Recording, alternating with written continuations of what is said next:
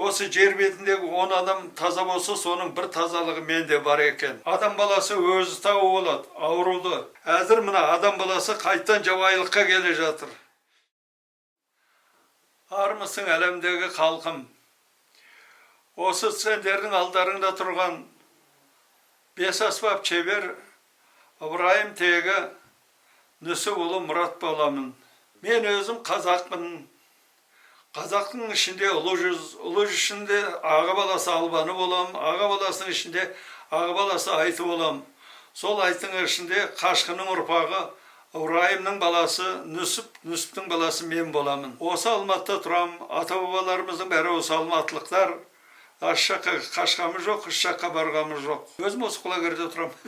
Мен осы қазақтың өнерін қолдап, аян арқылы қазақтың заттарын жасадым. Барлығын жасаған кезде маған бес аспап шебер деген атақ берді.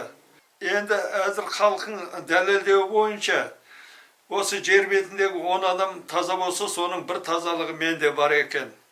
Ол мені бала кезімнен бойымда дәретім бар, аузымда құлшылығым бар, жүрген жерімде жасаған жақсылықтарым бар.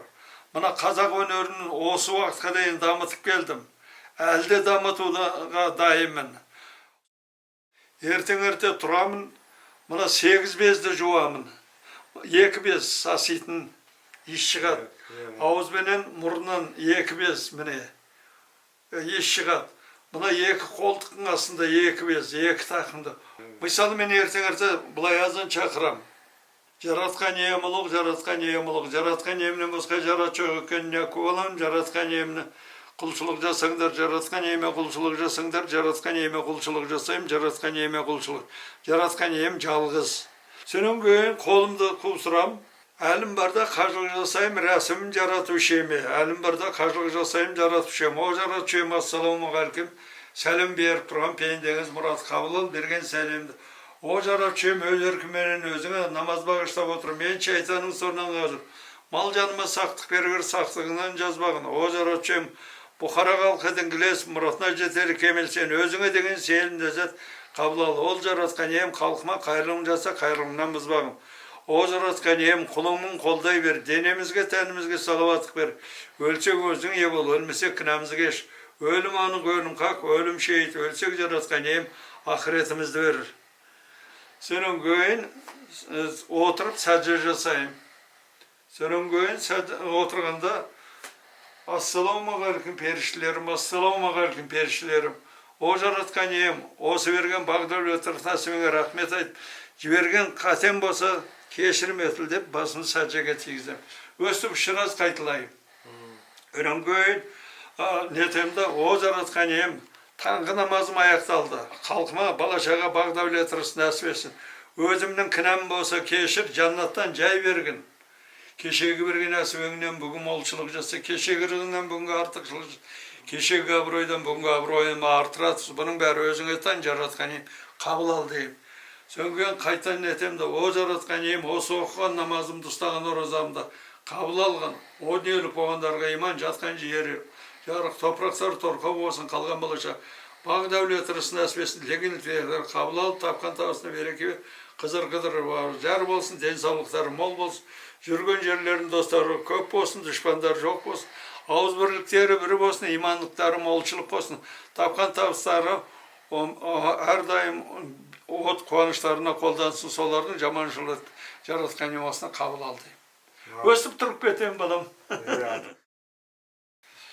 Менің сендерге сәлем жалдап отырғаным, бүткіл әлемдегі халқым, өздеріңнің қасиеттеріңді жоғалтпаңдар, өз табиғаттарыңды қорғаңдар, суларыңды таза ұстаңдар, өздерің таза болсаңдар, бойларыңа біткен, жаратқан емнен келген барлық қуаныш жақсылықтар өздеріңде.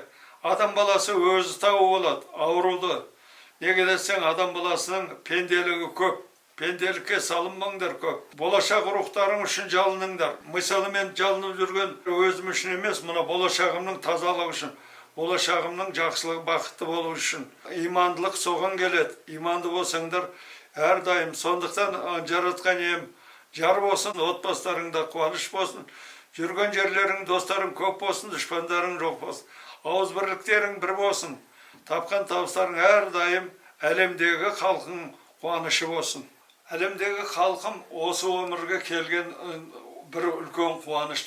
Бұл өмірде ең қиыншылығы жалғыздық. Сол жалғыздықтан сау болыңдар, халқым аман болыңдар. Ата-бабаларыңның әурағын сыйлап, Құдайға бағынсаң, кім Құдайым дейді, сол таза мұсылман.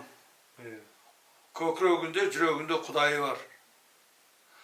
Ал кім кәпірлік жасайды, зиян жасайды, табиғатқа, адам баласына, ол кәпір болып есептеледі. Мәдениетті Қазақстан жабайы қазақ өсті деймін. Себебі, өзі қазақ бола тұра, өз тілін білмесе, ол салт дәстүрін білмесе, ол жүрген жерінің қасиетін білмесе, ол жабайы болмағаны мен жабайы болам ба?